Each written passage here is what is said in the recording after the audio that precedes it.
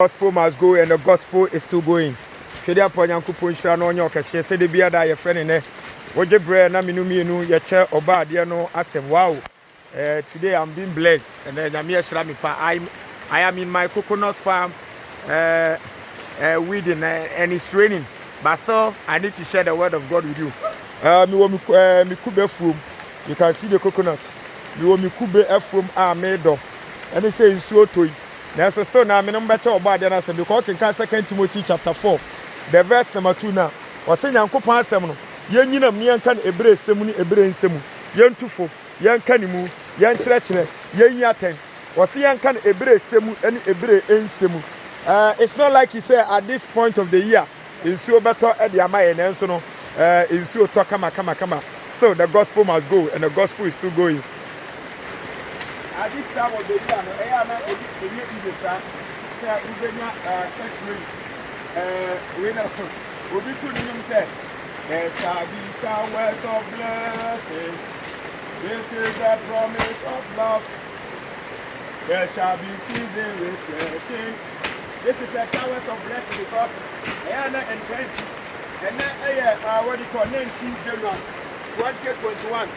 Today is 19th January. 2021. I just told the gospel must go, rain or no rain, the gospel must go, rain or no rain. Say some look at say, what do you call you call it? Kokumase Central Market, for Katia, for Cantamanto, will be done so a ton in Roma. What I say? No food for the lazy man. The gospel must go, and the gospel is still going. The patrol, none of pay, and you make and I will have a message and answer you. Because you and the chair about the no answer. So let's show you power. And many Christians are frustrated because of some doctrines we are apostle. Maybe now you're frustrated. Sometimes oh ha man for brother you keep the let me you let me power. I'm on for brother, you to be the asset. It's you bet me as Ramasiana. You bet come no. I say I'm a suffer say. The suffer catch them say. William. You need come up. I say so no I know ya yedin. It may pebe be papa dinana. You di and come up. Tell you how. Video jidini. And then you break and then pay and then every year with me. The person may show we are living in the last days.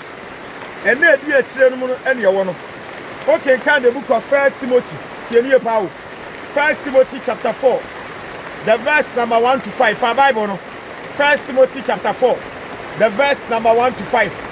Bible says, and then dear children. Say we are seeing a corner here. And then dear children. If you in our down home.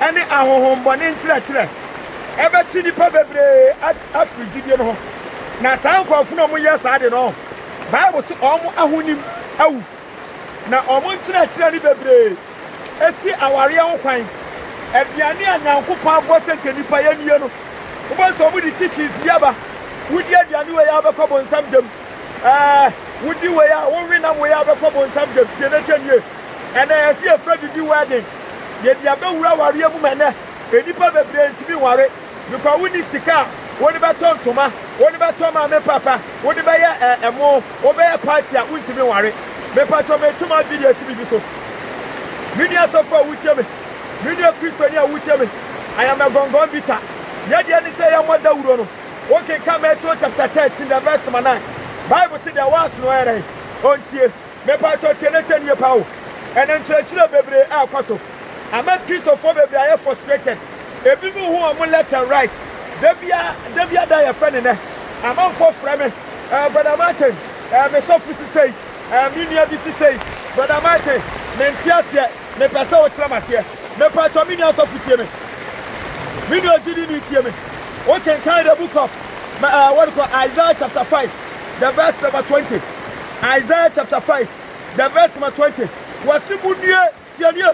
Mudie ma mo frɛ papa sa bone na mo frɛ bone sa papa ma mo frɛ asum sa han na mo frɛ ahan sa sum Ma mo friend nyonyo say de na de say nyonyo no Bible say mu nie tie word na Bible the Bible use the word woe unto you chi kasa dua what you say ye chi kasa ya kasa die mini asofo ebra se say nyame asem no hira konkro no ya ka ne say de tie obi say wo kwa sorry na wo shampaboa na di wura sonde mo a wo be ko bonsam tem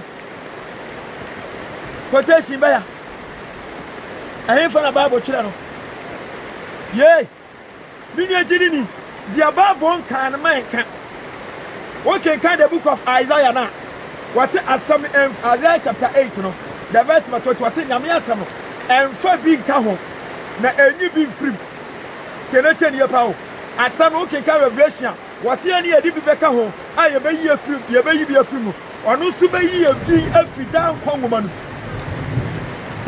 ena dia na ekoso Kristo sumi ye fra bone se papa ene ye fra papa se bone etena a Christopher kwa sorry a uba wo Kristo ni last time tema ma munim textbook tema committee 18 na papa bi preachie sada no sine nsu ato na market day Saturday na o preachie na ne na sisi atechanu ade a onyankopon minia ade buru afi asema Yesu Kristo kan na John chapter 4 the verse 23 wasi ebrani nie e don na du ese no kwa sorry for no ye sorry eja no e wo honhom ani nukurem. We are in an era in which we need to worship God in truth and in spirit. In truth and in spirit. Sinitini.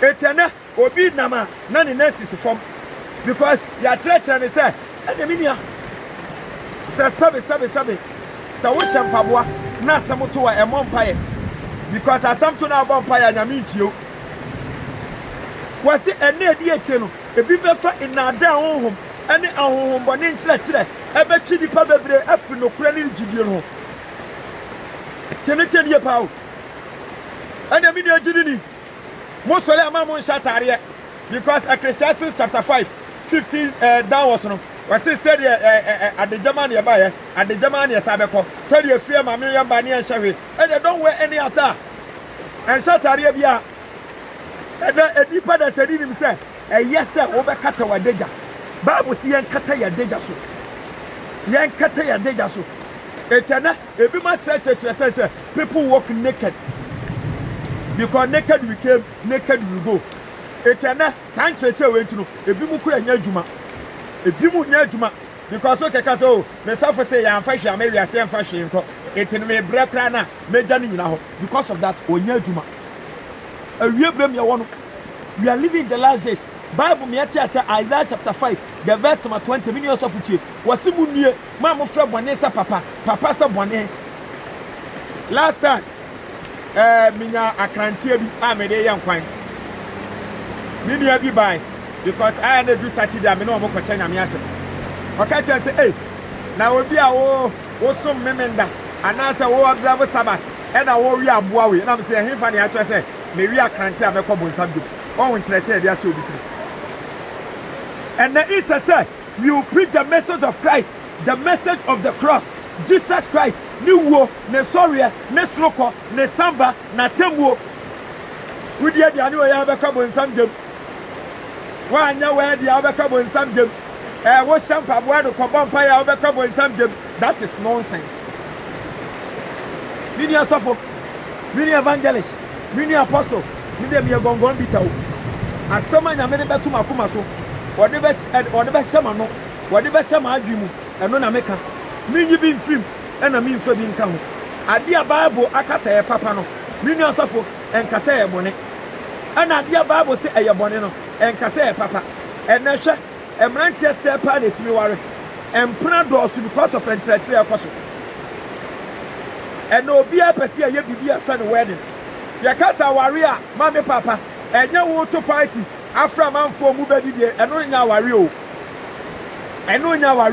kenkan the book of Malachi chapter 2 the verse 14 to 15 no eno ne afra na ware abira makohu meyire ne papa no waka chem se bia memfa koku baako e bia bese baako na memfa mra no Say a Johnny Jaji Coke no, what Jefferson no Ostraso, no Mutuya. That is the marriage. That time God is the witness. I don't know me where Christopher, my papa. I'm not here now with me worry and pressure. Sometimes you people do come my brother. And you go. The software say answer me I bet me a warren. This me your way. That is nonsense. Bible here for your chair. Christosum oh me mawario. Chavensa mawari. Kawabia in Shaminso. Teneted you. Your casa warrior on. Yanya Christopher. Say a warrior on. Your kawa yes a Christ. Galatians chapter 2, the verse 20 to 22. I have put on Christ. It is some kwabo chire, some you fear, some me too kwa baby, some yiri ni wa, me to me kobo jama because me shebiesu. My spiritual rank is for Christ Jesus. The gospel must go, and the gospel is still going. The patch for deep teachings, so open chira, who bet me busa questions. The patch download the Telegram app for Play Store. We are sending me high. Our number will so 0547 400 679 0547 400 679. The gospel must go, and the gospel is still going. I joined the gospel preaching church. I avail myself to teach and to be taught. Salvation of souls is my focus. So help me God. If you are blessed with this video, you can share with your friends. Shalom. Peace. Bye bye.